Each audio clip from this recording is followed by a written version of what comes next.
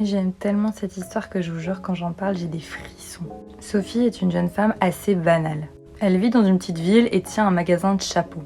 Un soir, alors qu'elle a déjà fermé, une vieille dame va rentrer dans sa boutique. Sophie demande à la dame de partir gentiment, mais la dame refuse. Ce que Sophie ne savait pas, c'est que cette femme est en réalité une sorcière complètement tyrannique. Complètement folle de rage, elle va jeter un sort à Sophie et lui donner l'apparence d'une vieille femme de 90 ans. Sophie, cherchant à briser sa malédiction, va fuir sa ville natale et tenter de trouver une solution.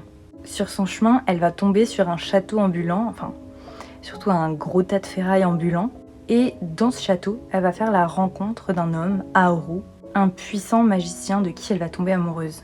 Pendant toute l'histoire, on suit Sophie, qui évidemment va poursuivre sa quête, mais vous l'imaginez bien, on suit également l'évolution de sa relation avec Aoru et tous les autres personnages.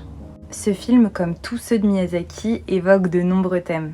Déjà, tout ce qui est lié au pacifisme et à l'aspect anti-guerre très propre au réalisateur. Il y a aussi une grosse critique de la société moderne et de la technologie. Via le synopsis, forcément, il y a tout un aspect lié au rapport qu'on peut avoir avec la vieillesse. Et puis pour finir, il y a tout ce qui est lié à la compassion pour les autres êtres humains, notamment via la vision de Sophie, le personnage principal, qui accorde toujours son pardon, même à ceux qui lui font du mal.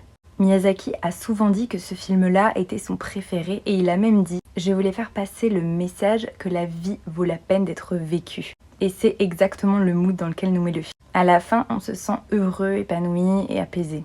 Si toi aussi tu aimes le chat ambulant, n'hésite pas à me le dire et pour les autres, vous savez quoi faire ce soir.